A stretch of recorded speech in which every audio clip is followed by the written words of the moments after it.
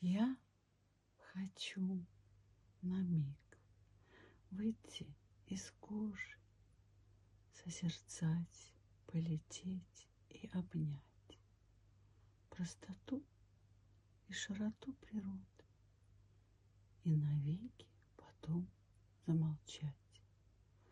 Набежавшую эту грусть откину, потому что этой жизнью на земле я вновь очарована, и любовь присутствует во мне.